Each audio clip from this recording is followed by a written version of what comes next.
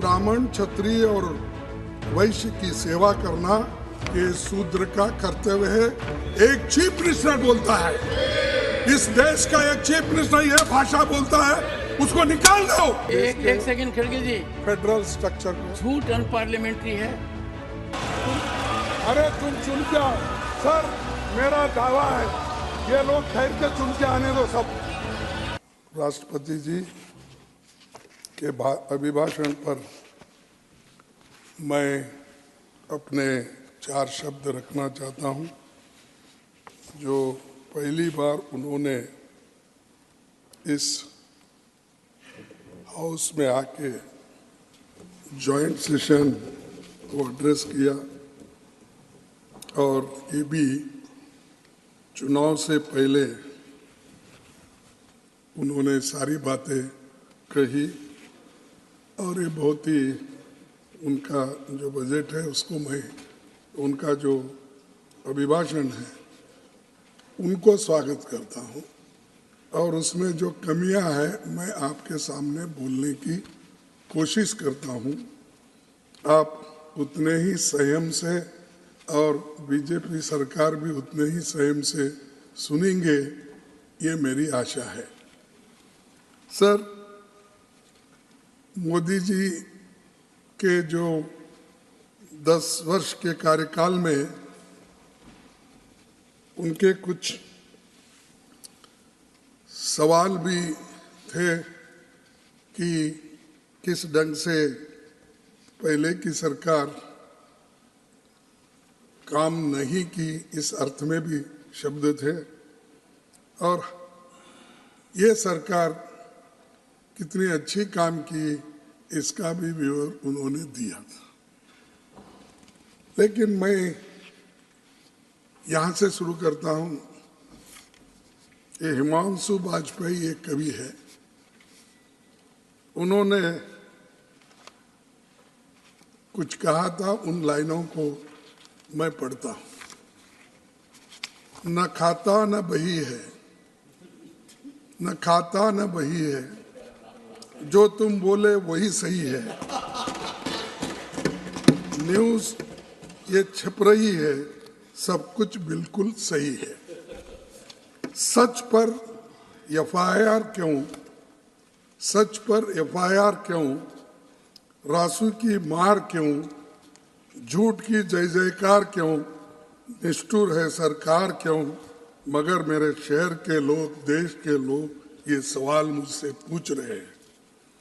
तो मैं यही पूछना चाहता हूं, एक तरफ तो आप अपनी बातों को बहुत सी अनेक उसको एडजेक्टिव्स लगाकर आप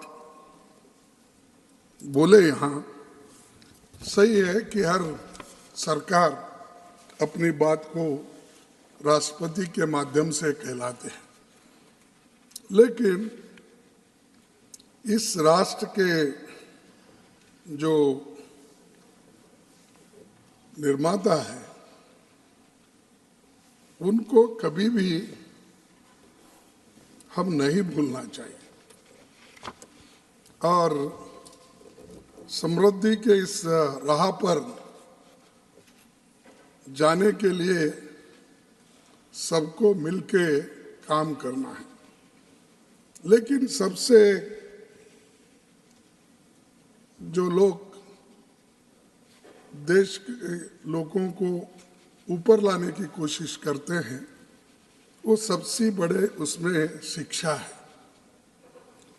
और जब तक लोग शिक्षित नहीं होंगे और अपने हकूक को जानेंगे नहीं, संविधान के रक्षा करेंगे नहीं, तब तक इसका फल गरीबों को नहीं मिलेगा, अछूतों को नहीं मिलेगा, निचले वर्गों को नहीं मिलेगा, जो कमजोर तबके के लोग उनको नहीं मिला। इसीलिए आज़ादी के बाद पंडित जवाहरलाल नेहरू जी ने यही काम किया, शिक्षा के लिए प्रथम स्थान दिया। उन्होंने कहीं प्राइमरी स्कूल से लेकर अपनी योजनाओं में हाई स्कूल कॉलेजेस सभी, और उसके बाद आईआईटी जैसे इंस्टीट्यूशन भी उन्होंने खोला, और ये इंस्टीट्यूशन देश के विजन बने। और जब हम देश के लिए जो एक विजन बना के चलते हैं तो वो बहुत दिन चलता है, लेकिन उसको छोड़ के सिर्फ अपने ही काम पे पीछे जाता है। ये सब एजुकेशन, जो टेक्निकल एजुकेशन हो, और इसका लाभ चाहे अपना मेडिकल कॉलेजेस हो, इंजीनियरिंग कॉलेज हो, एम्स हो, कुछ भी, इसका लाभ सबको मिलना चाहिए। इसीलिए तो एक तो संविधान में शेड्यूल कास्ट, शेड्यूल ट्राइब्स के लिए और ओबीसी के लिए भी रिजर्वेशन बनाया गया, लेकिन इसमें आज ओबीसी के बच्चों के लिए 27% जो रिजर्वेशन है वो उनको मिलना है, वो नहीं मिल रहा, और क्योंकि कोई कारण लगा के वो घट जाते हैं। एससी एसटी के भी ऐसे ही होते हैं कि कई जगह जो रिजर्वेशन है उसको घटाने की बहुत कोशिश चल रही है, जैसा कि कोई क्वालिफिकेशन बढ़ाना, कोई एक्सपीरियंस बढ़ाना, कोई एज का, ऐसे सारे चीज़ें लाके ये एससी एसटी ओबीसी के बच्चों को कैसा काटा जाए, ये चंद लोग सोचते हैं, और इसके ऊपर कोई भी सरकार इसको जांच नहीं करती, उनके लिए कोशिश नहीं करती। तो ये बहुत बड़ा जो हमारे देश के लिए नुकसान है। और खासकर स्कॉलरशिप भी, जो स्कॉलरशिप उनको रेगुलरली सोशल जस्टिस डिपार्टमेंट से मिलना चाहिए, वो भी नहीं मिल रहा। वो देरी से जाता है, तो वो बोलते हैं कि जब तक आपका पैसा यहाँ भरा नहीं जाता आपको हम एडमिशन दे नहीं सकते, या एक महीना 2 महीने होने के बाद आपका स्कॉलरशिप नहीं आना, उसीलिए अब यहाँ पर जगह नहीं है, बंद कर दो। ये जो चीज़ें हैं, इन चीज़ों को मैं आपके सामने लाना चाहता हूँ। और पहले से ये मानसिकता है कि समाज में, मैं ये मोदी जी आए इसलिए ऐसा हुआ, ये नहीं बोलता हूँ, कि ये समाज की एक मानसिकता है, धार्मिक मानसिकता बोलो या ऊपर नीचे क्या बोलो, ये सब में है। लेकिन मुझे समझ में नहीं आ रहा कि एक आदमी जो अपने आपके बहुत इधर इधर, पहले तो वो कांग्रेस में थे, एक चीफ मिनिस्टर अब बने, जरा आजकल वो बहुत आपके लाडले बने, और उनका कहना है, मैं एक दावे से कहता हूँ कि उन्होंने बाद में उसको किस ढंग से समाज में कहा मालूम, इसमें मेरे उच्चार में थोड़ी कमी ज़्यादा हो सकती है, जितना मोदी जी खुद उसमें संस्कृत में बोलते हैं, उसमें बोलने में मुझे थोड़ी सी तकलीफ होगी, फिर भी आपको जनता को समझाने के लिए। खड़गे जी, you are aware that when we refer to a constitutional office in this house, you will keep that in mind also. हाँ?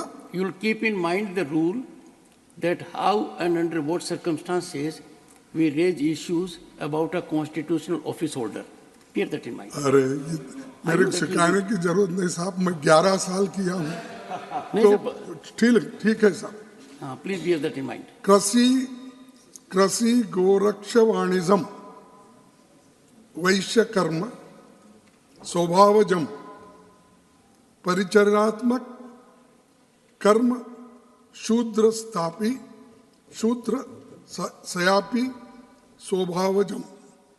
ये है खेती, गाय पालन और व्यापार ये वैश्यों की दायित्व है और ब्राह्मण क्षत्रिय और वैश्य की सेवा करना ये शूद्र का कर्तव्य है। एक चीफ मिनिस्टर बोलता है, इस देश का एक चीफ मिनिस्टर ये भाषा बोलता है, उसको निकाल दो। जो व्यक्ति का जो मन में ये है वो क्या कानून गरीबों के लिए बनाए? ऑनरेबल खड़गे जी, I take मैं किसी का नाम नहीं ले रहा हूँ। This will not go on record. Why? Because you are not following rules. This is said. Rules do This not is allow said you Dr. unless Baba you Saheb notice Ambedkar me. in the Samvidhan. No. This is you can read. I request you. ये क्यों जाएगा? How can it be ये done? क्यों जाएगा? ये unparliamentary है। There is ये no notice to me. Sir, no. You it have is to give public notice on domain. this. I am no. Please See, take your sir. seat. I again appeal to you. Follow the rules. You have Arre, a great rule. experience. I acknowledge your experience. Please. Sir, Don't get into that mode. Prime Don't Minister, get into that mode. Please. No. Please. I have not named. Please. I have not any sin. I am appealing to the Prime Minister.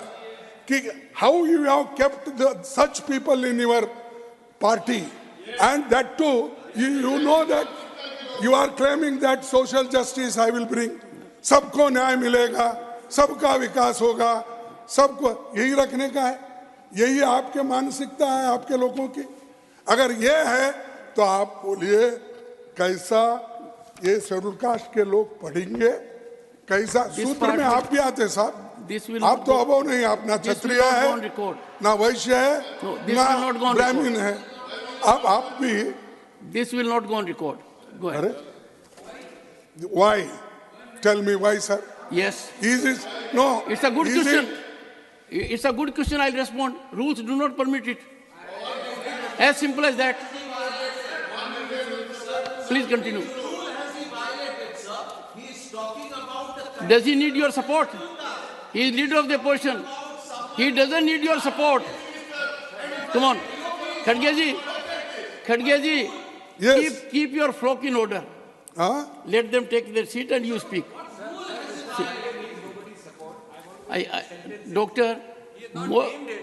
Doctor, most of the time when legal issues are there, you are absent. And the person concerned is not. No, you are absent whenever we need you. And also it attracts the SC/ST Atrocities Act also. Khadge ji, have you finished? Finish? Then continue, please. नहीं, अगर Then आप please यही continue. चाहते हैं तो खत्म करो। No, please continue. Please continue. देखो, मैं मन की बात इसलिए बोल रहा हूँ,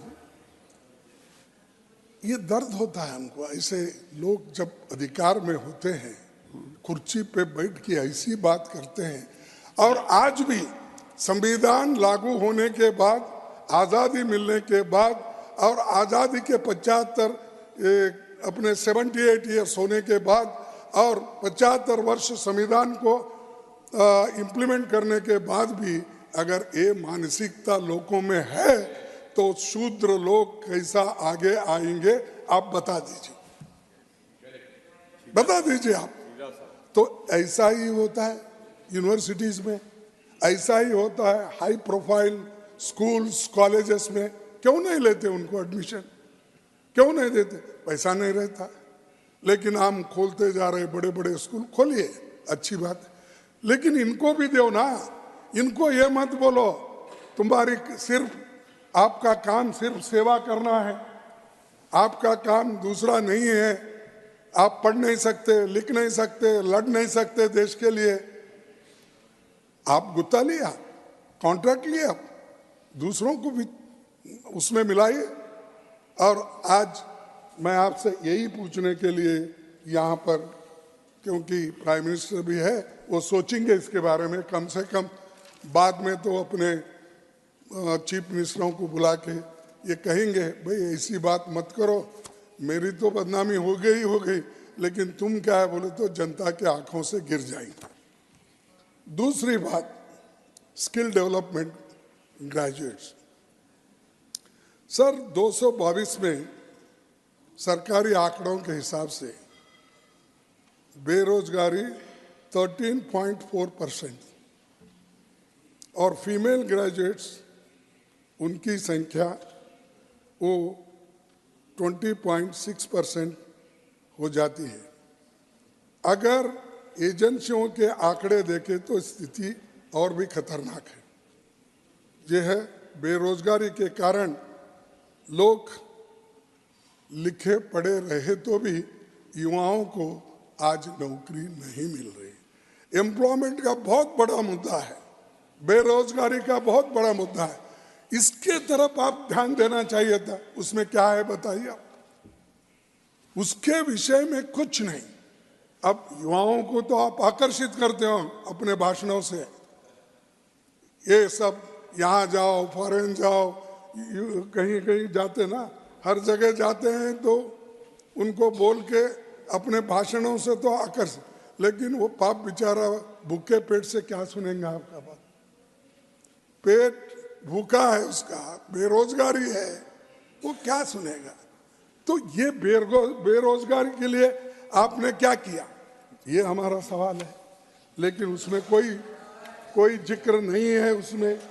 और आज महाराष्ट्र में एक उदाहरण देता हूँ, 4,500 वैकेंसीज के लिए जहाँ से हमारे लीडर ऑफ द हाउस आते हैं, 10 लाख एप्लीकेशंस आए और उसमें MBA, इंजीनियरिंग, ये सब लोग शामिल हैं।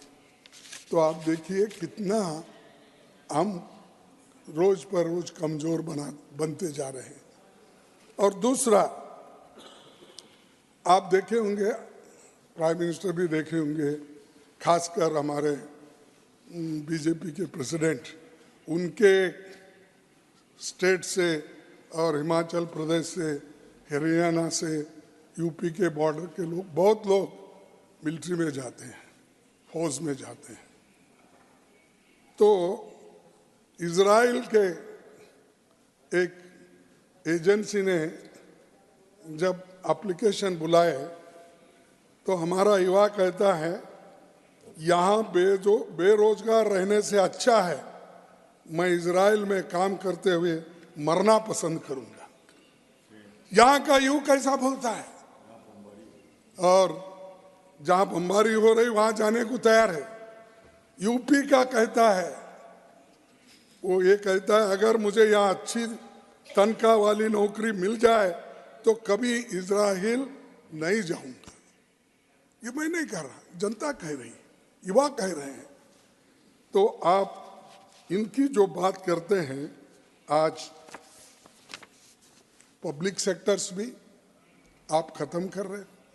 Public sectors most important for reserve class, वो SC हो, ST हो, OBC हो, इकोनॉमिकली वीकर सेक्शंस हो, हम एक पब्लिक सेक्टर्स हो एक के बाद एक खत्म कर रहे हैं।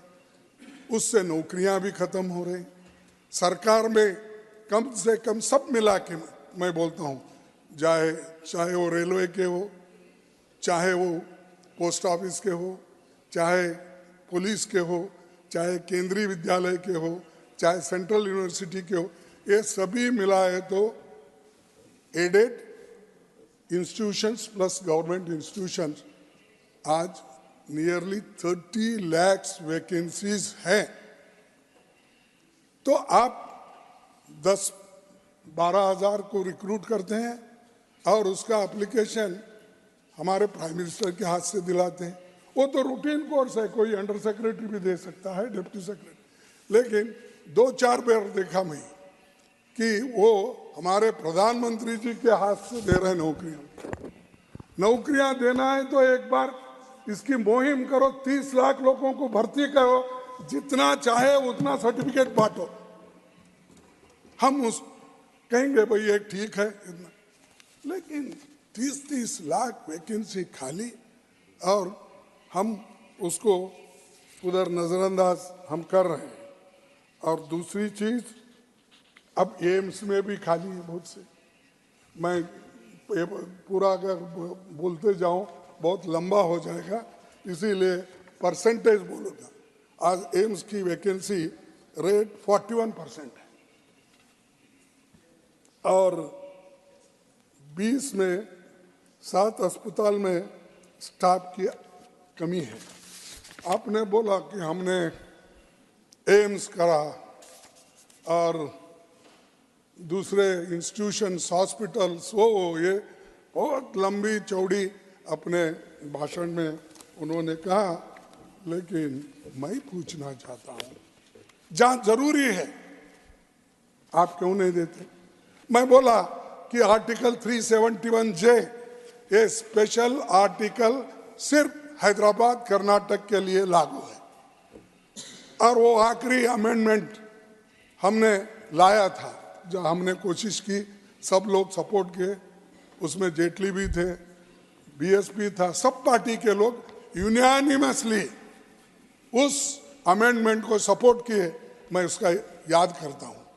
लेकिन मैंने आपसे 2 बार पूछा, नहीं आपके सिद्धरामैया वो जमीन नहीं साहब, वो तो जमीन ईएसआई की है, गवर्नमेंट की है, और एम्स अगर खोलेंगे entire backward class area cover हो जाएगा।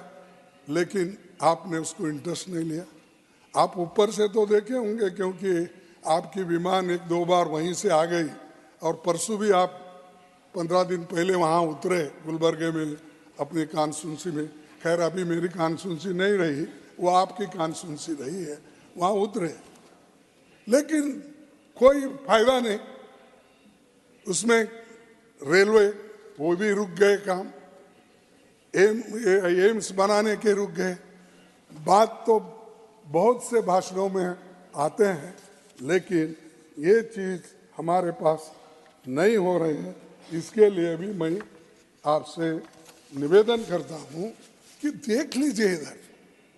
अब निवेदन करके भी फायदा क्या है?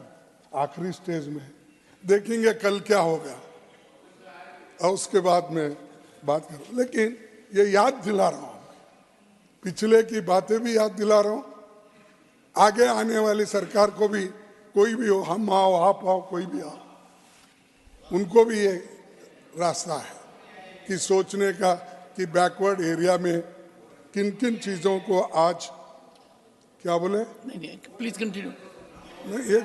ये क्या होते हैं, मोदी साहब जब आते हैं बहुत एक्टिव होते हैं। नहीं मोदी साहब गए, उनके साथ ही पीछे आते हैं, कोई बैठता नहीं। आप देखो पार्लियामेंट में देखिए, यहाँ भी देखिए, आप चले लिसनिंग टू यू, 2 मिनट में पूरा खाली। Please continue. अच्छा नहीं साहब आप मत जाओ, लोग उनके मेंबर्स जाएंगे, लेकिन आप मत जाओ मेरा होने तक। सर, और एक प्राइवेट सेक्टर की बात करता हूं। ये बहुत बड़ा चोट गरीबों को लग रहा है, और इसमें क्या होता है, ये प्राइवेट सेक्टर में जो बनाते हैं प्राइवेट सेक्टर्स, उनको सरकार की हर मदद होती है।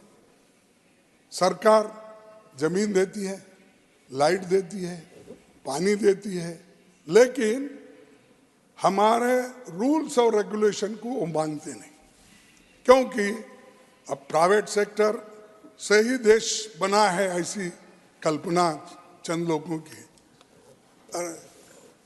पब्लिक सेक्टर पहले आई तभी देश का सुधार हुआ, और आज प्राइवेट सेक्टर हमारे बैंक से पैसे लेते, हमारी इलेक्ट्रिसिटी, हमारी जमीन, ये लेकर भी गरीबों को नहीं लेते, सिर्फ अपने रिश्तेदारों को, अपने कम्युनिटी के लोग, और उनको जो होना उनको लेते हैं। बाकी के लोगों को डेली वेजेस पे, कॉन्ट्रैक्ट बेसिस पे लेते हैं, उनका पेट, एक दिन की रोटी भी उनको नहीं मिलता। तो ये प्राइवेट सेक्टर का है। यस, हमने माना है कि इस देश के एक नीति बनी हुई थी, private sector, public sector, joint sector, cooperative sector, सभी सेक्टर है, लेकिन ये सेक्टर में ज्यादा फायदामंद ये पब्लिक सेक्टर है। आज पब्लिक सेक्टर धड़ाधड़ बंद हो रहे हैं, कोई पूछने वाला नहीं। पहले ट्रेड यूनियन वाले भी बड़े एक्टिव रहते थे, हमारे जमाने में थोड़ा कुछ हुआ सब लोग झंडा लेके चाहते थे, अब वो भी कहाँ हो गए, किधर गए, मालूम नहीं हो रहा।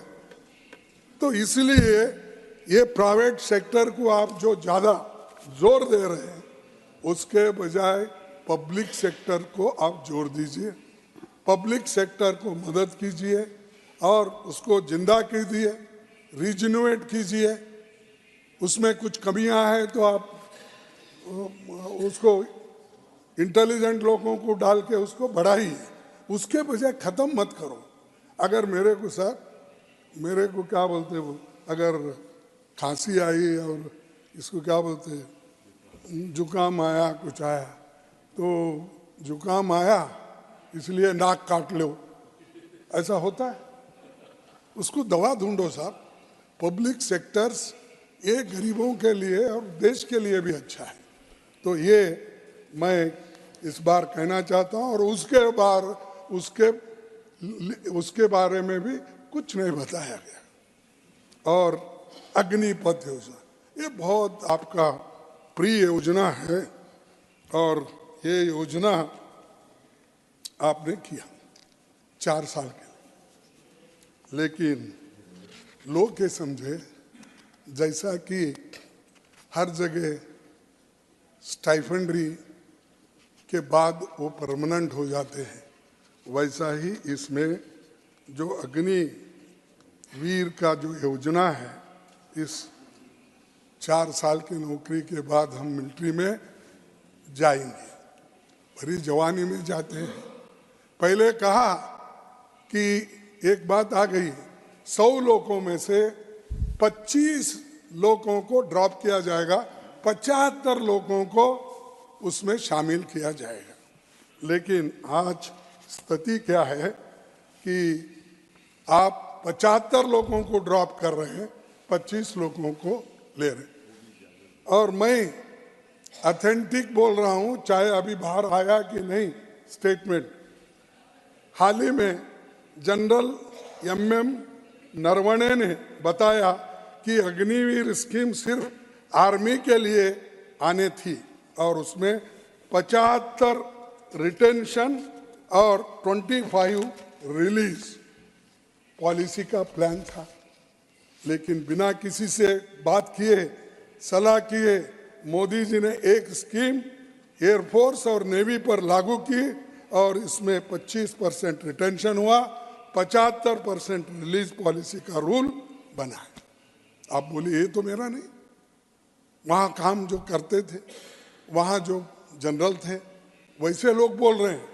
तो ये जो आप कह रहे हैं, तो वो परेशान हैं अग्निवीर के लोग, और वो ये कह रहे हैं ये बेहतर है, ये बेहतर दिनों की आस लगाते हुए, यानी अच्छे दिन बोले ना साहब, जो प्राइम मिनिस्टर साहब बोलते थे अच्छे दिन, ये अच्छे दिन, बेहतर अच्छे दिनों की आस लगाते हुए हबीब, दिनों की आस लगाते हुए हबीब, हम बेहतरीन दिन भी गवाते चले गए। और उनके जो बेहतरीन दिन थे, जो जवानी थी, वो भी लूट गई, खराब हो गई। तो 4 साल बाद उन जाना पड़ा। तो ये एक तरफ है, और दूसरी तरफ महंगाई की मार। तो आपको तो जानते हैं, लेकिन आप किसान हैं, वकील हैं, घर भी देखते हैं, सब भी आपको तो बहुत मालूम है, लेकिन थोड़ा सा समय मुझे थोड़ा दीजिए। देखिए साहब, छोटी छोटी चीजें हैं, आप बोलेंगे ये क्या है? टमाटर, प्याज, दूध, ग्राउंडनट, ऑयल, आटा, चावल के दाम 2 गुना हो गए, घट गए नहीं, डबल हो गए। अरहर, 1 second. It's on a point of effect. Okay. Indicate and table what comment that statement he has made about all these products, because it is completely baseless. इसका कोई आधार नहीं है, निराधार स्टेटमेंट के ऊपर आप ना टिकें। The honorable leader of the opposition. ठीक है भाई, अब जब आपकी बारी आती है। Khadge ji, since leader of the house, 1 second, has raised a point, I would urge you, you have asserted, kindly authenticate. There should be no difficulty.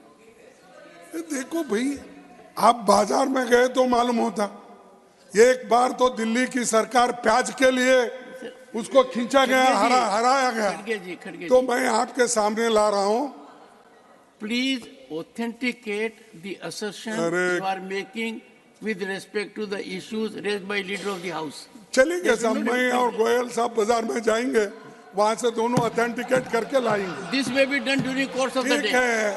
During course of the day. हाँ, During course of the नहीं, day, authentication may take place. नहीं, मैं जब चाहूंगा तब बोल जाएंगे। तो ये अरहर दाल जो 70 की थी आज 150, ये भी ऑथेंटिकेट करना। Obviously. अच्छा, चना दाल 49, 85 रुपीस हो गया। वनस्पति 75 था, 125 हो गया। मगर सरकार बोलती है महंगाई पे कहीं नहीं बोले, इसमें भी नहीं बोले कि अभिभाषण में, राष्ट्रपति के अभिभाषण में भी नहीं बोले। तो ये जो है इधर जो है सिंगल डिजिट में ग्रोथ हो रहा है और डबल डिजिट में महंगाई, तो ये कैसा चलेगा? हाँ, ऐसा। अच्छा अच्छा, अब फ्री मिल रहा है क्या तुम्हारी दुकान? अरे ठीक है भाई, उनका साथ सरकार सप्लाई करती होंगी, कोई स्पेशल सब्सिडी हमारे प्रधानमंत्री जी देते होंगे उनको, वो तो फ्री मिल रहा है उनको। ठीक है। अब किसानों की आर्थिक के बारे में आपने कहा कि किसान जो आंदोलन करे, आंदोलन के बाद आपने कुछ कानून लाए थे, वो कानून जो लाए थे उसको किसानों ने उसका विरोध किया और 3 काले कानून को आपको वापस लेना पड़ा और उनका इनकम डबल बनाने का आपने वायदा किया था और अपने डबल बनाने के अलावा एमएसपी बढ़ाने का भी आपने वायदा किया था। तो आज किसानों की आमदनी रियल इनकम सालाना 1.5% की गिरावट है, इंक्रीज नहीं है। तो ये हकीकत में अनुमान देखे तो 2016-17 और 2020-21 के बीच की प्रति किसान रियल इनकम में सालाना 1.5% की गिरावट आई है और किसान बहुत सुखी है, सरकार का कहना है। लेकिन सच्चाई ये है, पिछले 5 वर्ष में कृषि के बजट में 1 लाख करोड़ से भी अधिक बजट सरेंडर किया गया है,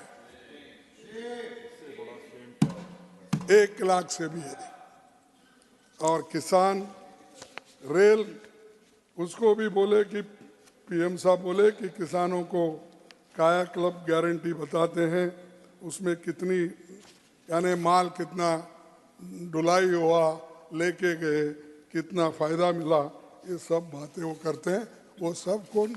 ये बीच में जो बिचौलिए एजेंट्स है, उनके माल गए, किसानों का नहीं गया।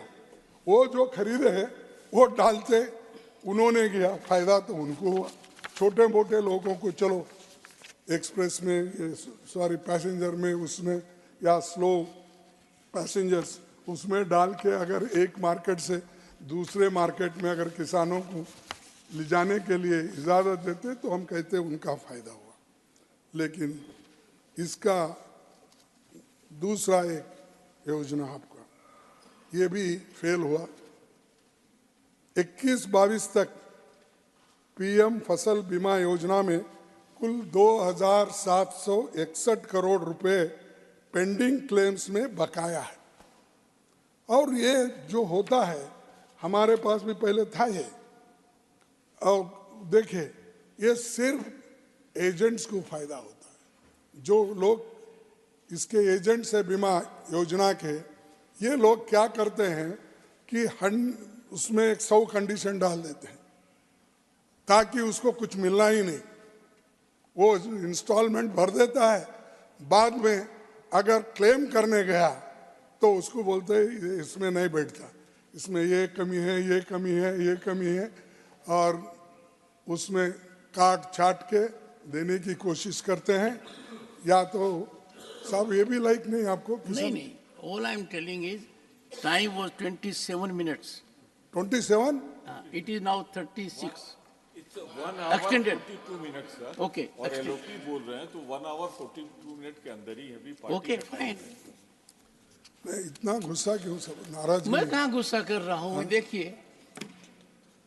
और योजना शुरू होने के बाद में 2,33,00,000 किसानों को इस योजना से निकल गए और सरकार ने किसानों के सालाना 6,000 रुपये यानी दिन के 16 रुपये प्रति परिवार प्रति दिन, तो ढाबे में 16 रुपये में 2 कप चाय भी नहीं मिलती मिनिमम। तो ये ऐसे हम योजना बनाते हैं जिसका लाभ जिनको अच्छी तरीके से होना चाहिए वो नहीं होता, तो ये भी फेल्यूर है। और इसके बाद में आप देखेंगे कि 40% अधिक किसानों को पीएम किसान योजना से बाहर निकलना पड़ा। और सबका साथ सबका विकास और क्या 2-4 है ना उनके, ये नहीं विश्वास है क्या विश्वासघात है मालूम नहीं। तो वो साहब के प्रयास अच्छे रहते हैं, कोटेशन ठीक रहे। और सोशल जस्टिस सभापति जी, सामाजिक न्याय की हमारी मांग जाति जनगणना है, क्योंकि ये इसलिए हम प्रेस कर रहे हैं, नॉट पॉलिटिक्स। इसमें ये प्रेस इसलिए है कि अगर जाति जनगणना अगर कराए तो उसमें ये सब कुछ मिलेगा, किस किस कम्युनिटी में किस किस जातियों में ग्रेजुएट्स कितने हैं, नौकरियों में कितने हैं, जमीन कितनी है, उसके बाद में उनके पास गोपाल ये अपने कितने ये अपने गो पालते हैं या किसी धंधे में, तो ये सब एजुकेशन कितना हुआ है ये सब बाहर आ जाता है। उसके आधार पर आप स्कीम बना सकते हो, उनके आर्थिक योजना आप बना सकते हो। तो इसीलिए ये जाति जनगणना पूछ रहे हैं, इसलिए कोई इसमें पॉलिटिक्स करने के लिए नहीं। आप इसको फिर से सोच लीजिए। आप अगर आप नहीं करेंगे हम आने के बाद जरूर करेंगे, पक्का करेंगे। तो साहब मैं ये बोल रहा हूँ कि उनको सोचना चाहिए, इसके बारे में जल्द निर्णय लेना चाहिए। जातीय जनगणना इसकी डिमांड हर स्टेट में है, हर बैकवर्ड की है, हर गरीबों की है, निचले तबकों की है, देश के जनता की ये मांग है।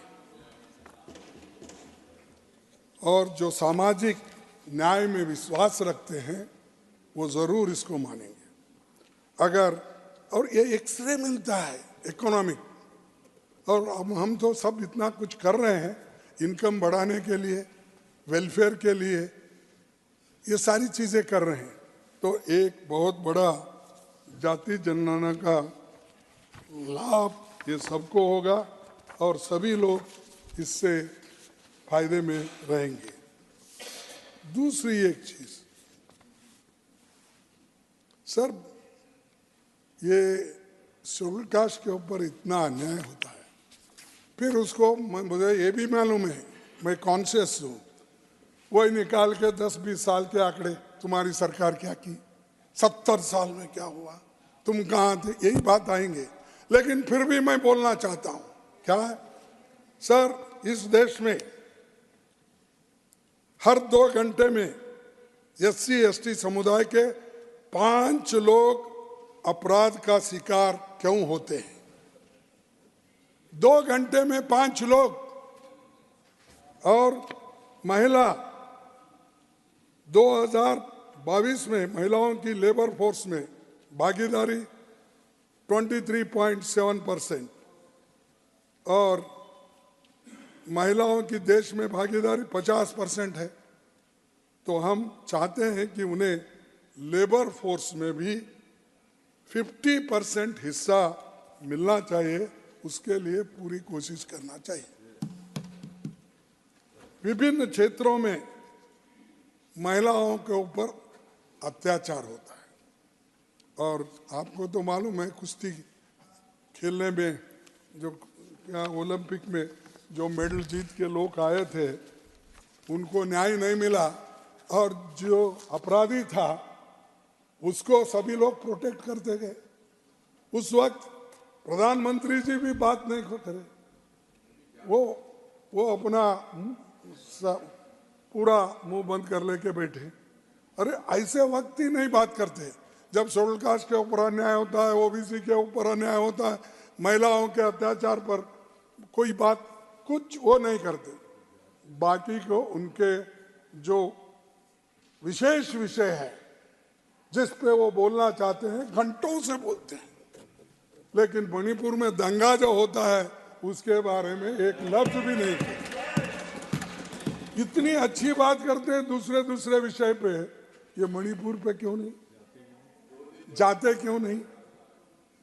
ये मेरा सवाल है, और ये तो आप पूछ नहीं सकते, वो पूछने मुझे तो पूछना चाहिए ना। तो सर आपको भी बताना चाहूंगा कि बिल्किस बानो के मामले में दोषियों को माला क्यों पहनाई गई? आप बोले ऐसा हो सकता है? गुजरात में सबको माला पहनाया, सबको स्वीट खिलाया, सब वो जश्न मनाया, और याजिब वो झगड़ा बिल्किस बानो और बीजेपी का था। हाँ, ये भी कोई बात है? ऐसा कंडम करना चाहिए ऐसे इशू पे प्रधानमंत्री जी, वो भी उनके स्टेट का है। अगर वो कंडम नहीं करे तो कौन कर सकते हैं? किन की बात? आपके पास तो किसी और की बात चलती ही नहीं, आप ही सरदार हो, दूसरे लोग क्या कर सकते हैं? आपको फॉलो नहीं करेंगे तो सीधा घर जाएंगे। ये तो आपने कई लोगों को बता दिया है, तो वो गपचुप चले जाते हैं। और उनको ये भी मालूम है सर कि ये जो है, चाहे वो बनारस हिंदू यूनिवर्सिटी में आईआईटी का आईटी सेल का बलात्कार का केस हो, और सरकार को ये 34 लाख महिलाओं को भी आप जवाब देना है जिनके ऊपर आज इतने बड़े ये हो गए, अत्याचार हो गए, वो भी आप बताना चाहिए सर। और एक बात, ये बार बार क्यों कह रहा हूं कि उनको इम्प्रेस करने के लिए उनके पार्टी में कैसे कैसे लोग हैं, और आप प्रोटेक्शन कैसा उनको देते हैं, और वो तो प्रमुख है। मैं देखा वो राम मंदिर में जब प्रधानमंत्री जी पूजा कर रहे थे या प्रतिष्ठान कर रहे थे, तो उस वक्त आपके बाजू में कौन बैठे? मोहन भागवत, आरएसएस, वो भी साधु है, संत है, मुझे मालूम है, तो बैठे थे। उनका कहना है 2019 में 19 के चुनाव के बाद उन्होंने कहा कि एससी एसटी ओबीसी को दिए गए आरक्षण पर बहस होनी चाहिए, समीक्षा होनी चाहिए। क्या आप चाहते हैं ऐसे लोग आपके साथ बैठ के जब करते हैं? हाँ, और झारखंड में बोले थे, चलो, तो ये 2015 में उन्होंने ऐसी ही बयान दिया, फिर भारी विरोध के बाद वो पलट गए। प्रधानमंत्री जी ने इस पर एक भी शब्द नहीं बोला, उन्होंने मौन व्रत रखा, जैसा कि 11 दिन मौन व्रत उन्होंने राम लीला की स्थापना करते वक्त उन्होंने की थी, वही बात यहाँ पर भी हुई। बीजेपी ने उसके ऊपर बताया कि सरकार के एक्शन साफ बताते हैं कि वो आरक्षण को खत्म करना चाहते हैं, लेकिन इसमें इमीडिएटली सरकार का रिएक्शन होना चाहिए था। और यूजीसी में परसों हाल ही में फिर उसको पलट गए, यूजीसी ने हाल में एक ड्राफ्ट गाइडलाइंस निकाला जिसमें हायर एजुकेशन इंस्टीट्यूशन में रिजर्व्ड कैटेगरी के उम्मीदवारों की वैकेंसी में डी रिजर्वेशन और आरक्षित उम्मीदवार उपलब्ध नहीं होने पर उन्हें जनरल कैटेगरी में उम्मीदवार भरा जाएगा। ये आपका ये है। ये फिर बाद में, अरे बैठो भाई, तुमको तो सब कुछ मिलता है, जिनको नहीं मिलता उनकी बात कर रहा हूँ। तुमको तो सब कुछ मिलता है, जो जिनको नहीं मिल रहा है मैं उनकी प्लीज खड़गे जी डोंट इंटरफियर। खड़गे जी सर, आरक्षण से वो वंचित है। अब यूजीसी के कहिए, उनसे कहिए। आप तो दूसरे जगह तो टेम्पररी भर रहे, अगर कोई नहीं मिलता तब तक आप बैकलॉग को कंप्लीट डी रिजर्व करने के बजाय आप थोड़े दिन स्टाइपेंड ग्रेजुएट्स को ले सकते हैं, या सॉरी अपने लेक्चरर्स जो भी रहते टेम्पररी ले सकते हैं, अपने काम चलाओ। लेकिन वो नहीं, निकालो, सर काटो इनके, दबाओ, यही इनका उसूल है और इसी के लिए ही ये काम करते हैं। और एक वुमेन रिप्रेजेंटेशन का झूठा दाव, हमेशा ओबीसी वुमेन्स को रिजर्वेशन 50% देंगे। हाँ दो भी।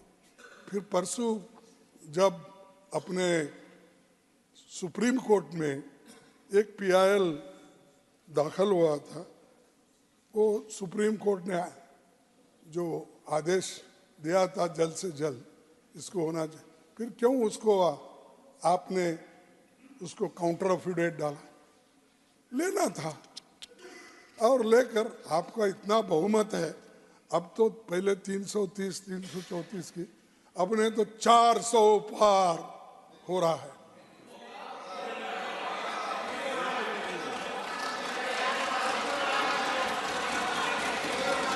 अरे 400, अरे तुम चुन के आओ। सर, मेरा दावा है ये लोग ठहर के चुन के आने दो सब। नहीं, ये लोग ठहर के चुन के आने दो पहले, इनको पहले भेजो तब मालूम होता। ये सब मोदी के कृपा से आए हैं, तालियां बजा रहे। हाँ, ये मोदी के कृपा से आए, वो तालियां बजा रहे। ठीक है, हम देखो एमएलए लड़े, एमपी लड़े, आज आखिरी वक्त इस राज्यसभा में यहाँ के लोग तो पूरा मोदी जी के आशीर्वाद से ही आए हैं, और आशीर्वाद से आने के बाद उनका काम है तब बचाना। प्लीज माननीय खड़गे जी ने आज वाकई में सत्य कहा, और सत्य के अलावा कुछ सही कहा, उसको प्रूव कर दिया। I think never a leader of opposition has been so applauded. It's a record. आपके बयान की इतनी तारीफ की जा रही है। देखो, मेरे बयान की तारीफ में मैं वो भी समझता हूँ, तो यानी अपने आप को ढोल बजा रहे, 400 आएंगे 5। भाई आपके आने हैं, हाँ आपके आने हैं, तो ये सब क्यों नहीं कर रहे? अब आप इस बार 100 भी पार नहीं कर सकेंगे, 100 भी। इंडिया स्ट्रांग है, इंडिया स्ट्रांग है। और हाँ, फिर बोलो इंडिया कमजोर है, इंडिया कमजोर है। सर, मैं आपको पूछता हूँ, इंडिया कमजोर है तो ये leader of the house, India कमजोर, अरे बैठिए, ये हर बात को क्यों counter? I don't like this. रोज एक साथी इंडिया अलायंस का तो छोड़ के जा रहा है। मुझे पता नहीं है इंडिया अलायंस अभी है या नहीं है, किस रूप में, कौन है, जरा वो भी बताएं। चाहते हैं इसलिए बैठो, तुम बार बार उठना नहीं। सर मेरी इजाजत से उठते हैं। हाँ, when I permit him he rises, when I permit he rises। ना सर, ही रेजेस। लेकिन मुझे मालूम है मोदी साहब जब प्रेजेंट रहते हैं, एक के ऊपर एक गिर के मदद करते हैं, तालियां बजाते हैं, ढोल बजा। मैं मानता हूं उसको, इसीलिए मैं तो, मेरे को आदत है प्रधानमंत्री जी को भी मालूम है, मैं एक बार हाउस में आता हूँ, बैठे रहता हूँ सबकी बात सुनने। इस बार ही थोड़ा कम बैठा, लेकिन ऑलवेज मैं हाउस में जब तक पार्लियामेंट में था तब तक भी बैठता था, अभी भी बैठता। लेकिन इन्हों जो उठते हैं, लेकिन नहीं तो उनके कुछ एक स्टिकर लगा उनके कुर्सी को, बार बार उठते रहते। स्प्रिंग, या तो स्प्रिंग की कुर्सी दे दो। फिर मेरी समस्या हो जाएगी, मुझे कईयों के लगानी पड़ेगी। नहीं नहीं, कहीं मेरी बहुत बड़ी समस्या हो जाएगी। नहीं नहीं नहीं, कहीं कहीं ये एक एक्सपेरिमेंट इधर करो, उसके बाद देखेंगे। प्लीज तो कंटिन्यू। जान दो, देखिए ये जो वुमेन रिजर्वेशन है, इसको भी लाने के लिए आप डर गए।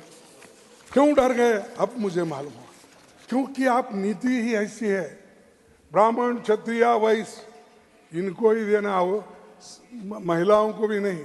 महिला शूद्र ये एक ही है, महिला और शूद्र एक ही है। तो इसका तुलसीदास का कहना नर नारी ये सब कानून के अनुसार। खड़गे ji, sir this will not go on record. नहीं साहब, ये मेरे नहीं, नर नारी ये सब तांडव के मैं बोला हूँ। वन सेकंड, ये सब इसमें वन है। Second. Leader of the house, sir हमने बहुत टॉलरेट किया, ये बार बार भारत के अपमान कर रहे हैं, महिलाओं का अपमान कर रहे हैं, और भारत यहाँ में क्या तक कि इनकी शब्दावली भी ठीक नहीं है, फिर भी हमने मेरी टॉलरेट नहीं। किया। ये अछूत जैसा शब्द जब इन्होंने इस्तेमाल किया, हमें लगा कि हम अभी डिस्टर्ब ना करें, लेकिन ये बार बार इस प्रकार के बयान देके फिर वही ये राज शिक्षा सब- दिखा रहे, जिसका आज सुबह भी चर्चा हुई। इनकी डिविसिव टेंडेंसीज, जिस प्रकार से समाज को बांटना चाहते हैं, देश को बांटना चाहते हैं, ये बार बार इसका जाहिर करते हैं। सर नहीं, प्लीज प्लीज, देखिए, I urge you to, no no sir, I am there. Please please. आप ये तो जाने होंगे, डोर गंवार शूद्र पसनारी ये सब तांडन के अवतारी, ये तो सुने हैं ना। तो ऐसे ऐसे आपके पास शब्द है जो इस समाज को कुचलने का, इस समाज को तोड़ने का, इस समाज को शिक्षा से वंचित करने का, इस समाज को शस्त्र से वंचित करने का, ये आपकी टेंडेंसी है, हमारी नहीं। हम तो कुछ नहीं मिला तो भी इस देश के साथ है, कुछ मिला तो भी इस देश के साथ है। हमको आप कितना भी तकलीफ दो, आप हम कभी अलग जाने का सोचे नहीं या जाएंगे भी नहीं। तुम लोग सब खा के सब पेट भर के बैठे हो, फिर भी इनके बारे में नहीं सोचते, यही बहुत बड़ा दुख है। सर और एक बात मैं कहूंगा कि ये चुनावी प्रक्रिया, सरकार सीईसी की नियुक्ति के जिस तरह नियंत्रित कर रही है, उसके चुनाव आयोग की स्वतंत्रता खतरे में है। और पास यहाँ की यानी कारखाने की एक्सपीरियंस नहीं, ऐसे लोग उसमें घुस गए और घुस जाने के बाद वो क्या क्या करते ईवीएम में मालूम नहीं, या सरकार कैसी उनको वहां पर डायरेक्टर, अरे ये क्या है अभी? Come on, what are we to say? Sir, Telangana में ये हुआ, Parliamentary नहीं, affairs minister. तेलंगाना में ये हुआ, One, नहीं, Sir, तेलंगाना में ये हुआ, तो Sir, महोदय at हो least- या ऊपर हो। Mr. Javadekar, चलो Kharge ji is a very senior member sir. आप इतना ही मैं निवेदन करता हूं आपको, पूरा देश में एक कानून है, वो कानून के हिसाब से हर एक कंपनी में, लिमिटेड कंपनी में इंडिपेंडेंट डायरेक्टर्स नॉमिनेट होता है, अपॉइंटमेंट होता है। ये सिंपल प्रोसीजर है, ये प्रोसीजरल एस्पेक्ट है, हर एक कंपनी में रहता है। खरगे साहब कृपया आप ऐसे एलिगेशन बिना बेसिस एलिगेशन नहीं लगाइए। सर, बिना बेसिस Sir, please. प्राइवेट नहीं, आप प्राइवेट मेंबर्स को डाले हैं, नॉन ऑफिशियल को डाले, ठीक होता है, लेकिन एक ही पार्टी के कोई क्वालिफिकेशन उसको अप्रोप्रिएट नहीं है, ऐसे लोगों को आरएसएस के लोगों की चुन चुन के डालना बोल के है क्या? अरे मुझे देखो जोशी साहब, आप बात मत करो, मुझे सब मालूम खड़गे है, जी। तुम्हारे सब ज्वाइंट सेक्रेटरी यहाँ बैठे हैं। honorable leader of the person through me. Through सब आप आई एम उधर- looking at you and you are looking नहीं एट नहीं, जरा क्या होता है, आप उधर ज्यादा देखते हैं, नहीं नहीं इधर नहीं देखते। आज तो मैं पूरा आपको ही देख रहा हूँ। नहीं साहब, आप नहीं देखने की वजह से मेरी हालत ये हो गई। सर और एक चाइना का बारे में यहाँ पर कुछ नहीं कहा गया। राष्ट्रपति जी ने हमारी सेनाएं आज जैसे को तैसा की नीति के साथ जवाब दे रही है। सच्चाई यह है कि हम अपनी जमीन चीन के कब्जे में छोड़ते जा रहे हैं। यही अभी वीडियो में भी सामने आया है। इसी महीने चीन के पीएलए सैनिकों ने पेट्रोलिंग पॉइंट 35 और 36 के पास के चरागाह क्षेत्रों के एक भारतीय चरवाहों को जाने से रोका। यानी ये स्थिति है बॉर्डर पे भी, और इसको अगर रोक नहीं पाए तो वो और अंदर आते आते आते वो बाद में एक बहुत बड़ा झगड़ा होते रहता है और शांति नहीं रहेगी। और आप तो कम से कम विश्व को रक्षा करने की बात हो रही है और विश्व गुरु बनने के लिए भी जा रहे हैं। उसका कब होगा, क्या होगा, वो देखेंगे। विश्व गुरु तो नहीं, विश्व गुरु हो रहे। अरे विश्व गुरु हो जाओ भाई, पहले चाइना को अंदर मत घुसने दो, पहले पाकिस्तान को आने मत दो, और पहले तो भारत में गुरु बनो, उसके बाद विश्व गुरु की सोचो। अब तो राम टेम्पल के पुजारी तो बने हैं। थैंक यू वेरी मच, आपका दर्शन लिए तो राम का दर्शन हो गया। हाँ, आपने जो राम के पुजारी तो पहले पुजारी आपने बना है, ठीक है, लेकिन अरे हमको क्या अंदर भी नहीं आने देते, तुम पुजारी क्या बनाते हो? चलो छोड़ो, चुप, वो बात मत करो मेरे सामने। और दूसरी बात यह है सर, मणिपुर महीनों बाद एक जो घटना घटी, अब तक आप विजिट क्यों नहीं कर रहे? क्या सीक्रेट है? वो कह चुके सर, आप वो तो गलत पेपर हो गया। वो कह चुके आप मणिपुर को कवर कर चुके हैं। नहीं, मणिपुर कवर कर चुके महीनों हैं। बाद नहीं, वो खत्म हो गया। हाँ, मणिपुर कवर कर चुके हैं आप। मणिपुर पे आया हूँ ना, मणिपुर कवर कर चुके हैं आप। ये 20 है, ये 21 है, मेरे पेपर को मैं अच्छा जानता हूँ। कवर हो गए। आप चाहते हैं फिर एक बार मैं उनको पुजारी बनूं? तो छोड़ो सर। मेरा और एक निवेदन है कि इतने महीनों के बाद भी आप मणिपुर विजिट नहीं कर रहे, इसका क्या सीक्रेट है? वहां लोग तबाह, तंग, बर्बाद, घरे जल रहे हैं, मोटरसाइकिल्स जल रहे हैं और एक दूसरे को मार रहे हैं, और आप बोलते शांति है। वहां परसों ही 2 लोग मारे गए, नक्सलिज्म खत्म हो गया। अभी छत्तीसगढ़ में और 2 लोग मारे गए 3 दिन पहले।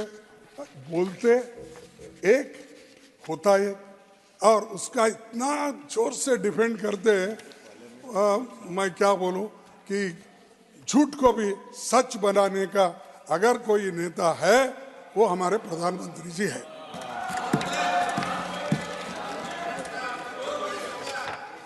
सर और एक बात आपको कहूँ ना, ये जो पिछले 10 सालों में एक एक करके देश के एक सेकंड खड़गे जी, फेडरल स्ट्रक्चर को झूठ अनपार्लियामेंट्री है, असत्य पार्लियामेंट्री अफेयर्स। असत्य को सत्य करने में वो प्रवीण है। हो गया? हिंदी, जो हिंदी मुझे आती है उसमें बदलाव करूं तो। और दूसरा साहब, फेडरल स्ट्रक्चर्स में जिस स्टेट में आपको जहां बाढ़ आई पैसे रिलीज नहीं करे, जहां ड्रॉट है कर्नाटक में आधे भाग में वहां पर भी नहीं दिए, बंगाल में नरेगा का पैसा रिलीज नहीं करे, आंध्र प्रदेश में 10 साल से स्पेशल कैटेगरी की मांग हो रही, वो कुछ नहीं कर रहे। और आंध्रा के लोग विशाखापट्टनम के लिए स्टील प्लांट के लिए प्राइवेटाइजेशन मत करो, इसको पब्लिक सेक्टर में रखो। ये बहुत बड़ा नुकसान देश के लिए होगा। अगर आप पब्लिक सेक्टर में रखें तो गरीबों का फायदा होगा, अगर किसी प्राइवेट को दिए उसको वहाँ नौकरी भी नहीं मिलेगी, सिर्फ प्राइवेट लोगों को फायदा होगा और दलित, एससी, एसटी ये सब मर जाएंगे। कम से कम रिजर्वेशन तो है, ऐसे जगह तो कुछ ना कुछ उनको मिलता है। अगर एससी, एसटी, बैकवर्ड क्लास ये मर जाने दो, कुछ भी होने दो। अगर आप ऐसी आपकी इच्छा है, ना एक दिन इनकलाब जिंदाबाद आएगा, आएगा, क्योंकि लोगों का टॉलरेंस लोग होता है, देखते हैं, देख कर एकदम उठते हैं। तो ये और एक नीति आयोग के सीईओ, वो उनके बहुत ही उनके वक्त ही उनका अपॉइंटमेंट हुआ था, उन्होंने भी यही कहा कि भाजपा सरकार के एंटी फेडरल तरीकों का सच बताया उन्होंने, और फाइनेंस कमीशन का भी उन्होंने हिस्सा कम करने का किस ढंग से वो दबाव आता है वो भी उन्होंने परसों ही पेपर में आया, आप पढ़े होंगे, क्योंकि आप हर बारीकी से हर चीज़ देखते हैं, तो ये भी आप देखे होंगे मैं समझता। फिर मोदी जी की योजना का 10 सालों में ये 142 योजनाएं शुरू की गई। 142 अनेक्सर 2 मैं देखता हूं।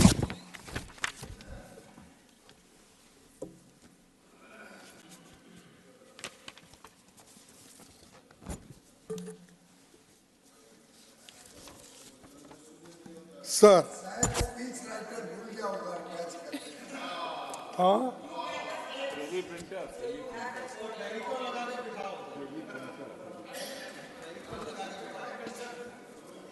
तो आपको जरा सर 140 इसका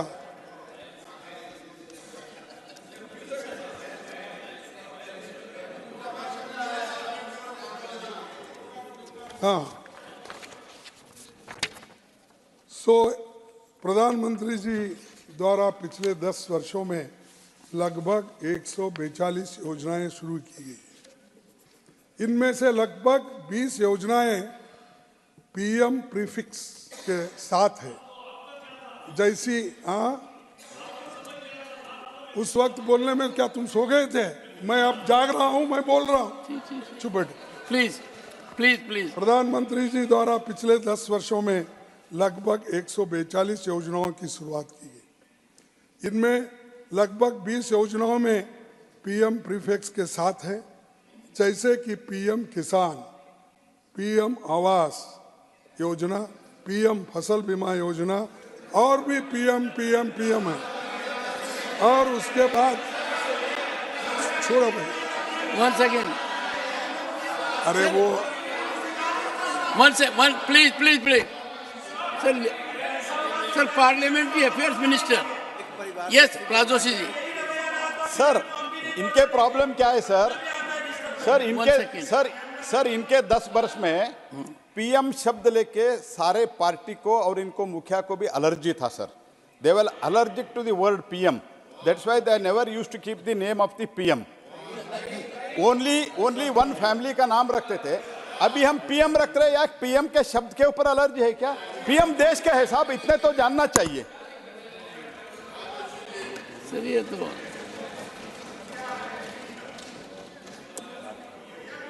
अच्छा ठीक है, उनको इट्स अ गुड पॉइंट। नहीं वो लीगल एड दे रहे हैं प्राइम मिनिस्टर को, देने दो। सर दूसरी, बहुत से ये विकसित भारत की बात करते हैं, लेकिन समाज अगर विकसित होगा तो ही भारत विकसित होगा। और ये मैं क्यों बोल रहा हूं कि मैं बोलना बड़ा मुश्किल है, अच्छा भी नहीं लगता। अपने अभी नहीं, क्योंकि ये 10 साल हो गए, कैसा भी आप उधर जाएंगे, हम आप यहीं रहेंगे राज्यसभा में। ये तो लोग जाना पड़ता ना सब उसके लिए। तो 1500 स्पेशली इक्विप्ड व्हीकल्स को देश के लगभग 2,50,000 विलेजेस में भेजा जा रहा है, जिन पर लिखा दिया है मोदी सरकार की गारंटी। और ये भी बोलो भाई पीएम की गारंटी बोलो, इसमें क्यों मोदी की गारंटी? क्योंकि इलेक्शन जा रहे हैं वो।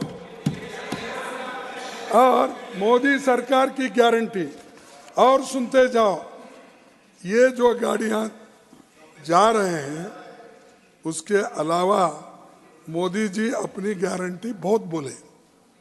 और आज तो न्यूज़पेपर में आता है, कौन सा न्यूज़पेपर आप निकालिए, मैं भी 7, 8, 10 पेपर देखता हूँ जो खास करके एडिटोरियल और बीच में जो लिखते, उतना बाकी का उसमें झंझट में नहीं जाता। लेकिन मैं देखता हूँ ऊपर लिखा हुआ मोदी जी की ये गारंटी, गैस की गारंटी, उसकी गारंटी, ऐसा रोज आता है, रोज एक।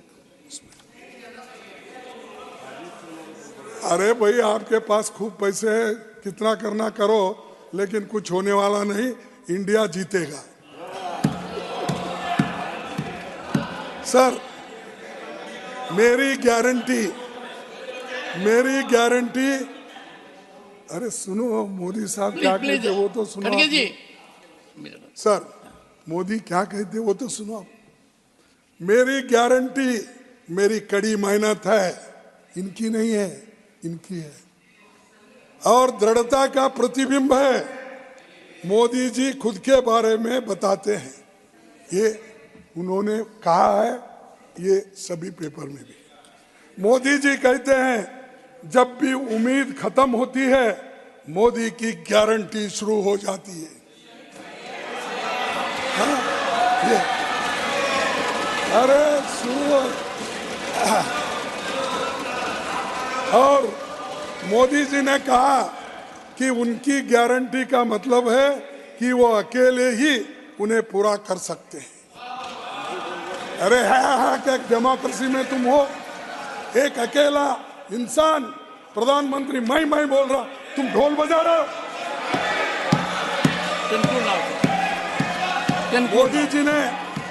मोदी जी ने वाराणसी में कहा मोदी की गारंटी सुपर हिट होगी। और इसी तरीके से देखिए, अगर गड़बड़ करे, जब हम करेंगे प्राइम मिनिस्टर भाषण करते वक्त, आप रोकना नहीं। एक सेकंड सुनिए खड़गे जी, आपके भाषण को इतना शांत रूप से सुना गया है और अभी से आप कह रहे हैं कि मत करना। This is unfortunate, this is unfortunate. The leader of the opposition is, 1 second Shakti Singh ji, don't shout please, take your seat, take your seat. खड़गे ji, you have been heard in rapt attention. आपने थोड़ा प्रोवोक किया तो उन्होंने कुछ रिएक्ट किया। मानो, थोड़ा मानो, मेरी बात कभी माना करो प्लीज। क्योंकि देखिए साहब, मुझे तो डर ये लग रहा है कि आप अनेक्सर 2 तो पढ़ रहे हैं, अनेक्सर 1 भूल गए, वो आएंगे तो फिर और लंबा जाएगा। नहीं, मेरे पास पूरे पेपर है, भूलने का सवाल ही नहीं। कहा आपने अनेक्सर 2 अनेक्सर 1 कहा? मैं खुद ही मेहनत करता हूँ, मैं देखता हूँ, रखता हूँ। आपको अगर नहीं मिलता तो वो बात क्या भूल गए, क्या बोली? खड़गे जी, have taken 1 hour, 1 hour 5 minutes. Don't. Why? I have got 1 hour and 40 minutes. Yes, you have. You can take the entire noise. Okay. तो सर, और आपने मैंने फैक्ट्स चेक किया कि प्रेसिडेंट के एड्रेस में उन्होंने क्या कहा, तो वो थोड़ा मैं आपके सामने रखूंगा। अभिभाषण में कहा गया कि 214 के मुकाबले में एयरपोर्ट्स डबल हुए, 74 से बढ़कर 149 हुए। हाँ, अरे सुनो, अरे आगे सुनो। तो ये अब इसमें दो चीजें हैं। पहला, 2014 में कुल 94 ऑपरेशनल एयरपोर्ट थे। लोकसभा स्टार्ट क्वेश्चन नंबर 113 में 12 दिसंबर 2014 में 149 बताई जा रही है। इसमें 9 हेलीपोर्ट्स और 2 वाटर एरोड्रोम्स, और राज्यसभा के अनस्टार्ट क्वेश्चन में भी यही कहा गया। ये क्या आपने मुद्दे रखे हैं कि 149 हुए, ये सत्य से दूर है, ये आपने ही दिया है। अगर ये झूठ है तो आपकी ऑफिस की गलती है, आप ठीक करो। अगर ये सही है, मैं जो मान रहा हूँ ठीक बोलिए। और एक एम्स का भी मैं बार बार नहीं बोलूँगा, ये आप सबको मालूम है, फिर मैं उसका जिक्र भी किया। कम से कम प्राइम मिनिस्टर सुने होंगे, क्योंकि वो बार बार गुलबर्गा आते हैं और वहाँ पर उतरते भी है, जाते भी है, फिरते भी है, हर कॉन्स्टिट्यूंसी में जाते। वहाँ से बहुत प्रेम लगा है वहाँ से। दूसरी चीज़, 49 से लेकर अब 3 कॉलम में मैं आपको बताऊंगा कि आपने हर कांग्रेस पार्टी को नीचा दिखाने के लिए, नेहरू जी को बार बार नीचा दिखाने के लिए बहुत सी बातें आपने बोली, और जो उन्होंने, नेहरू जी ने जो काम किया उसके बारे में कभी आपने प्रशंसा नहीं की। जो देश के लिए जेल गए, देश के लिए लड़े, आज़ादी के लिए लड़े, और पंचवार्षिक योजना की उन्होंने नींव डाली। डेमोक्रेसी के लिए उन्होंने अपना सर्वस्व, अगर कोई अपोजिशन का भी है उनको वो इज्जत देते थे, कहते थे। लेकिन आप क्या कर रहे हो, उनकी सत्यता को छुपाने की बात आप करते हैं। सर, लिटरेसी रेट 1951 में 18.3% था और 13-14 में 74% हुआ। कितना हुआ? 74%। आज कितना है? 77%। नहीं देखो, टीका भी करना है तो तुम स्टैटिस्टिक्स हमारे भी पढ़ते जाओ, करो, डेमोक्रेसी है, हमारे कमियां निकालो। सिर्फ जलसी से बात मत करो, टीका मत करो बगैर सोचे समझे। नेहरू जी के बारे में, यही नेहरू जी का जमाना है ना। और देखिए, लाइफ एक्सपेक्टेंसी, साहब अगर हम उस वक्त पैदा होते तो आपकी हमारी लाइफ एक्सपेक्टेंसी सिर्फ 32 इयर्स होती थी। आपकी 70 के ऊपर नहीं बढ़ती थी, मेरे 80 के ऊपर नहीं बढ़ता, उनका भी 70 तक आया, 71 तक, ये बढ़ता नहीं था। तो 70 साल तक बढ़ी, 32 इयर्स से लाइफ एक्सपेक्टेंसी 70 इयर्स। अब आपके जमाने में 69.27 इयर्स लाइफ एक्सपेक्टेंसी हुआ। बोलो, 9 महीने कम हो गए। और दूसरी चीज, इन्फेंट मोर्टेलिटी 165 डेथ्स पर 1000, ये 1951 के पहले था। तो 2013-14 में 38 डेथ्स पर 1000 इन्फेंट्स। क्या घटा, क्या बढ़ा? और आपके ज़माने में जो है वो 29 तक आया। और 38 करने के बाद भी क्या किया ये सरकार ने? ये सब कुछ किया। प्राइम मिनिस्टर, प्राइमरी स्कूल्स 2,09,051 में थे, 51 से पहले। 13-14 तक 7,90,000 स्कूल्स बने। और आपके ज़माने में स्कूल्स कम हो गए इसलिए कि प्राइवेट को आपने ज़्यादा प्रोत्साहन दिया और 2021 में आपके 7.6 लाख हो गया।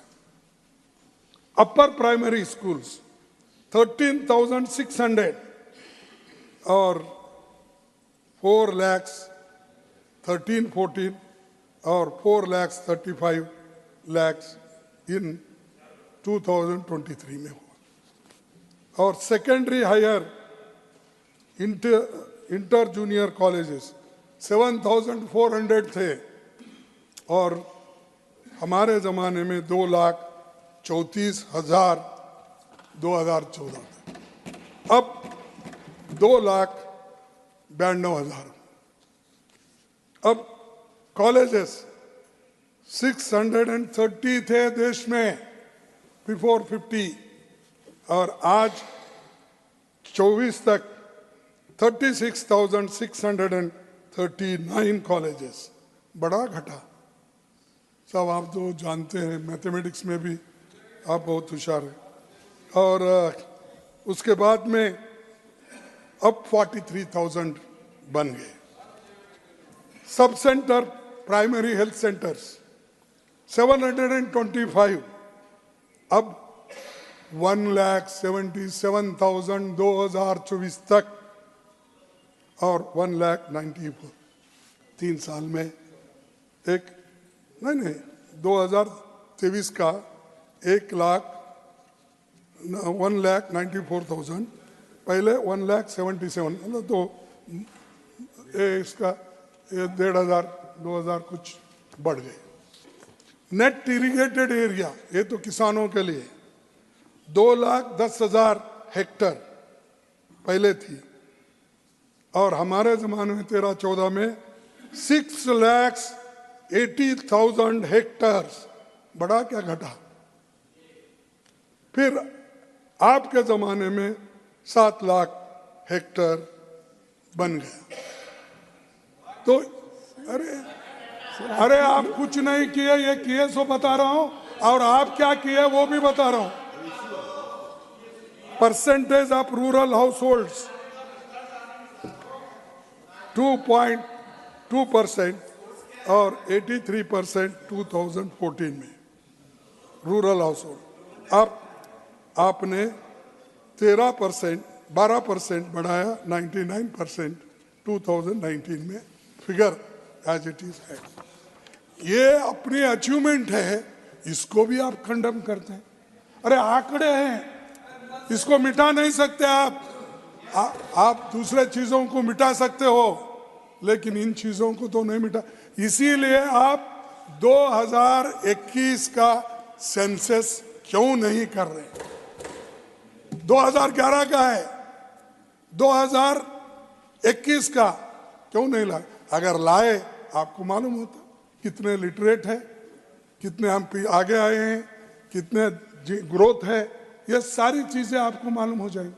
क्यों नहीं कर रहे हैं 10 साल में? बाकी सारी चीजें कहते हैं लेकिन ये इसलिए नहीं, आपका पोल खुल जाएगा। क्योंकि सेंसस अगर बाहर आ गए, सच्चाई बाहर आएगी। सच्चाई जब बाहर आएगी आपकी पोल खुल जाएगी। तो इसीलिए अध्यक्ष महोदय, मैं आपको ये बात इसलिए रख रहा हूं, कुछ नहीं किए नहीं बोलो, मत बोलो। कुछ किए हैं, इसीलिए डेमोक्रेसी आज देश में जिंदा है और आप भी हैं।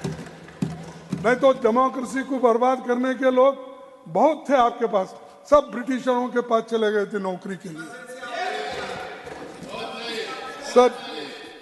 सर इन्वेस्टमेंट की बात करते हैं। नेट फॉरेन डायरेक्ट इन्वेस्टमेंट ये कितना था यूपीए के जमाने में? 1087.6 था, तो 426.2 ड्यूरिंग मोदी टाइम। और सुनो आप बाद में बोलो। नहीं और ग्रॉस डोमेस्टिक प्रोडक्ट नहीं खड़गे जी, फॉरेन इन्वेस्टमेंट के बारे में जरा बताइए figure. Net foreign direct investment जो बाहर का इन्वेस्टमेंट आता है वो उस वक्त अमाउंट जो होता है, पहले कितना था और अब कितना है? अरे उसी का बोल रहा हूं मैं। चेंज ड्यूरिंग यूपीए 1087.6%, अब क्या है 426, घट गया। अरे उसका ये गलत है बोल के आप दे दो, अरे ये गलत है बोल के दे दो वाह।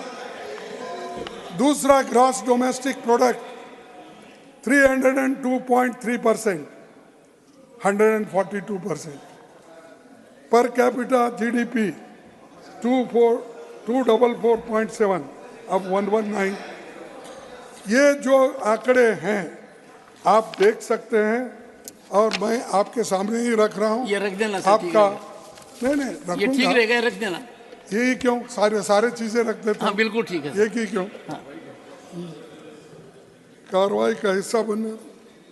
तो दूसरी चीज जो है, और हमारे मोदी साहब की गारंटी तो मैं पढ़ा और सारे चीज़ें उसमें मैंने बताया किस ढंग से वो काम चल रहा है।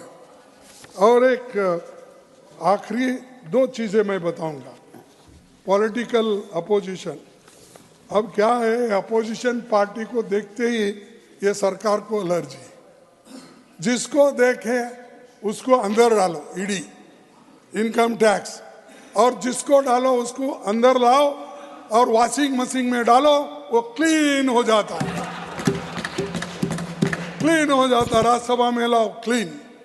और 411 एमएलए इधर से उधर हो गए 10 साल में, तोड़ फोड़ में, और सरकारें गिराए, सरकारें बने। ये सब नीति आपकी ठीक है? आप इसको ठीक मानते हैं? और आप मेरे पास जब रहता है, मेरे पार्टी में जब रहता है, वो करप्ट और सब, तुम्हारे पार्टी में आते कि दूसरे दिन ही वो अच्छा बन जाता है, उसका केस ठहरा जाता है, निकाला जाता है, और उनको सबको प्रोटेक्शन मिलता है। जो नहीं सुनता, आप नहीं सुनते जाओ जेल, सुनते आओ इधर। ये नीति आपकी है और हमको बोल रहे हैं कि पाठ सिखाते हैं ये डेमोक्रेसी को, ये करे वो करे। तो ये जो इनकी हमेशा देखो भाई, सबको पाठ पढ़ाते हो, हाँ, ये तो नीति आप ही की है। हम कुछ यहाँ पर बोलते हैं तो उसके खिलाफ हिंदू मुसलमान लाते हैं। आज़ादी के पहले तो आपकी पार्टी ने, जनसंघ ने मुस्लिम लीग के साथ गवर्नमेंट करी थी 3 स्टेट में।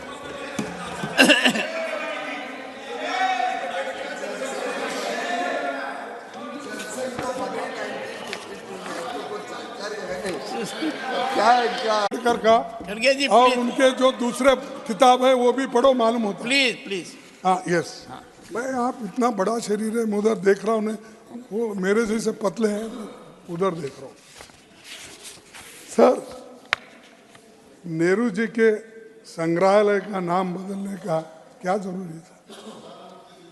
हाँ, अरे नेहरू जी, एक जब वाजपेयी जी जो विपक्ष के नेता बन के प्राइम मिनिस्टर बने, शायद वो कैबिनेट रूम या कहीं, तो उन्होंने देखा तो फौरन बुलाया कि भाई यहाँ तो नेहरू जी की फोटो लगती थी, कहाँ है? नहीं साहब, वो ऐसा कोई बोले कि गवर्नमेंट बदल गई। अरे गवर्नमेंट बदल गई, वो तो पहले प्राइम मिनिस्टर है, लेके आओ, लगाओ। ये है, कम से कम अटल बिहारी का तो सुनो।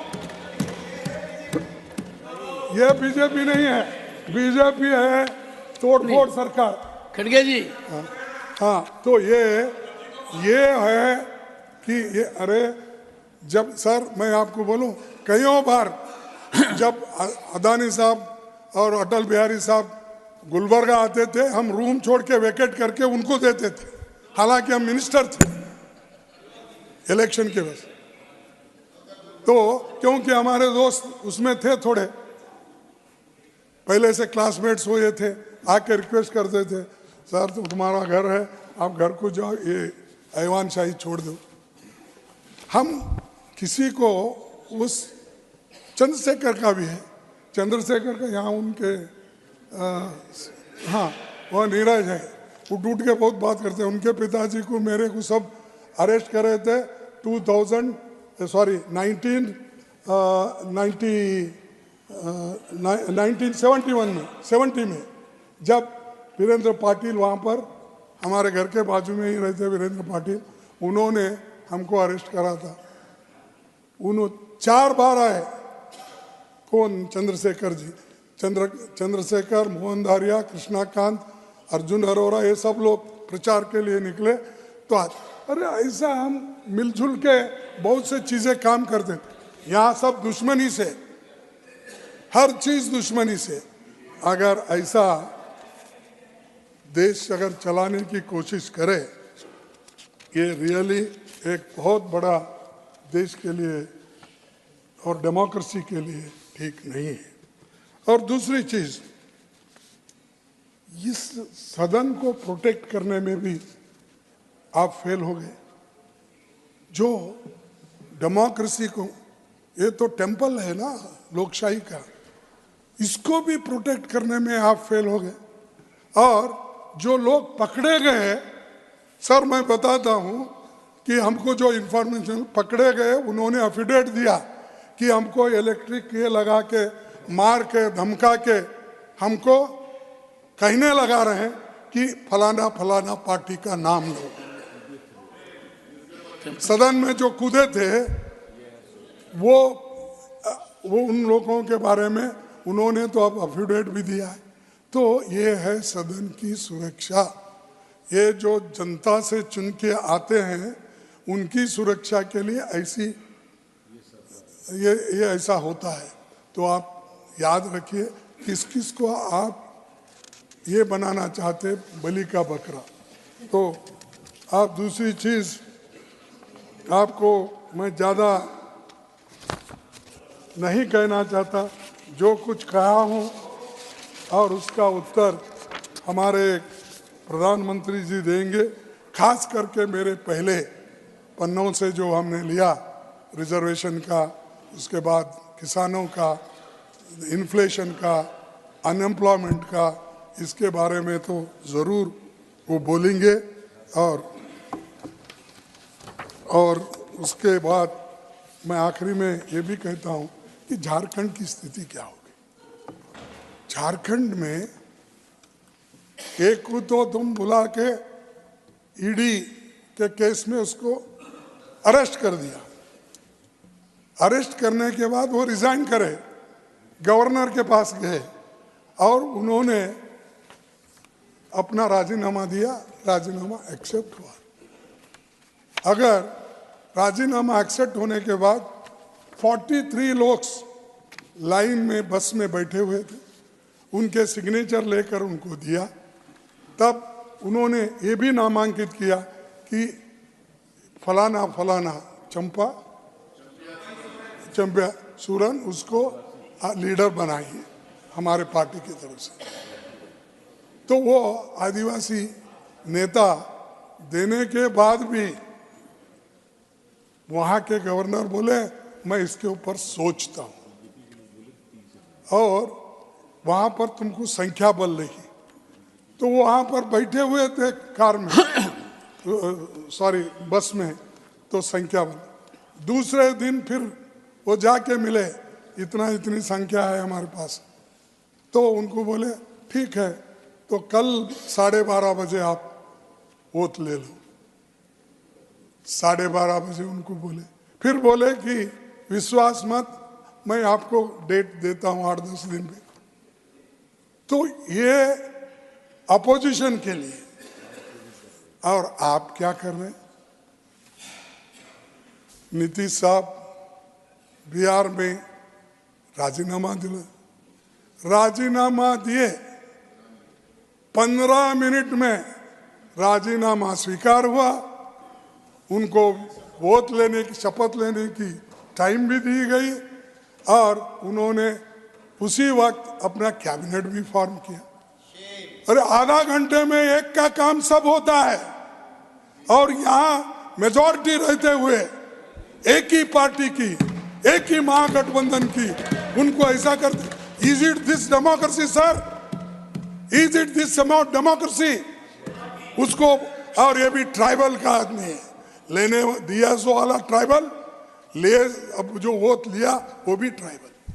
तो इस ढंग से अगर आप ट्रीट करते जाओगे तो लोगों का विश्वास उठ के चले जाएगा डेमोक्रेसी के ऊपर। और ये निश्चित रूप से मैं कहूँगा कि आप बुरा न माने तो यहाँ प्रधानमंत्री कहाँ ये आखिरी इलेक्शन डिक्लेयर करते मुझे मालूम नहीं, इसके बाद इलेक्शन नहीं। मैं इतना पॉपुलर हो गया, डेमोक्रेसी की जरूरत ही नहीं है बोलेंगे, इससे ये दिख रहा। तो 16 घंटे में पार्टी बदलते, पलट मारते हैं। ये पलटू रामों को आप लोग सपोर्ट करते हो, जो सीधा सीधा आके आपको देता है उसको आप नकारते हो, ये ठीक नहीं है। और लास्ट में मैं यही कहूँगा कि खैर तो ईडी, इनकम टैक्स बोल बोल के थक गए, उन्होंने तो इसको मानते नहीं, क्योंकि डराना एक ही उनके पास उपाय है, दूसरा उपाय नहीं है। हम देश का विकास चाहते हैं, उनका कहना, हम भी देश का विकास चाहते हैं। हम कभी, मैं तो खासकर कभी विकास के लिए किसी को भी मैं डिस्क्रिमिनेट नहीं किया, और ये जोशी साहब मानते, मैं समझता हूँ, क्योंकि हम वो पूछो मत पूछो हर एक को मदद करते थे। और हमारा एम क्या है कि अगर डेवलपमेंट हुआ, सड़क बड़ी हुई, क्या मेरे ही लोग चलने वाले उसके ऊपर? रेल चली, क्या मेरे ही लोग बैठने वाले हैं? कोई हॉस्पिटल बना, क्या मेरे ही पेशेंट जाने वाले हैं घर के? तो ये अगर सोच आपके पास रही तो देश विकसित होता, नहीं तो मेरे लिए और हमारे लिए इतना ही बोल के चले तो दूसरों को सर्वजन सुखाए, क्या बोलते ना, हाँ, तो सर्वजन सुखाए कहाँ है? मैं तो ये बोलता हूँ बहुजन सुखाए बहुजन हिताय, इसकी बात करो। सर्वभो उन्हों बोलते हैं हमारे दोस्त, तो मैं इतना ही बोला, बहुजन सुखाए बहुजन हिताय। ये तो बुद्धा का कहना है, और बुद्धा ये 8वां अवतार, 8th अवतार आपने मानते हैं राम का, मानते नहीं? मुझे मालूम नहीं, साफ बोलना। 8वां अवतार, 9th अवतार, 9th अवतार बुद्धा का, विष्णु का 9th अवतार मानते। उसका भी कहीं पर नामो निशान नहीं, वहां पर कहीं बनने का नहीं, उनके स्तूप बनने का नहीं, कुछ भी नहीं। हाँ, उसीलिए बोला आप पूजा 9th अवतार की करो। 9th अवतार की करेंगे तो साइंटिफिक थिंकिंग आ जाएगा आपके दिमाग में। तो मैं टीका नहीं कर रहा हूं, ठीक है, आप ठीक बोले, ऐसे लोग जरा ज्यादा बढ़ गए तो बीजेपी ठीक हो जाएगी। सर, मैं आखिरी बात ये कहूंगा, गरीब और कमजोर तबकों को न्याय मिले, ये हमारी नीति है जिस पर हम चलते रहेंगे। आप कितनी भी उपेक्षा करें, हम ये सवाल उठाते रहेंगे। आखिरी में मैं ये कहूँगा, मेरा हर लफ्ज है अमन के लिए, मेरा हर लफ्ज है अमन के लिए, मेरी हर सांस बंदगी के लिए, मेरी हर सांस बंदगी के लिए मैं हवा के खिलाफ चलता हूँ। मैं हवा के खिलाफ चलता हूँ सिर्फ इंसान की खुशी के लिए। धन्यवाद, आपको नमस्कार। आप बहुत शांति से इस बार सुने, इसीलिए आपको, और सभी को धन्यवाद।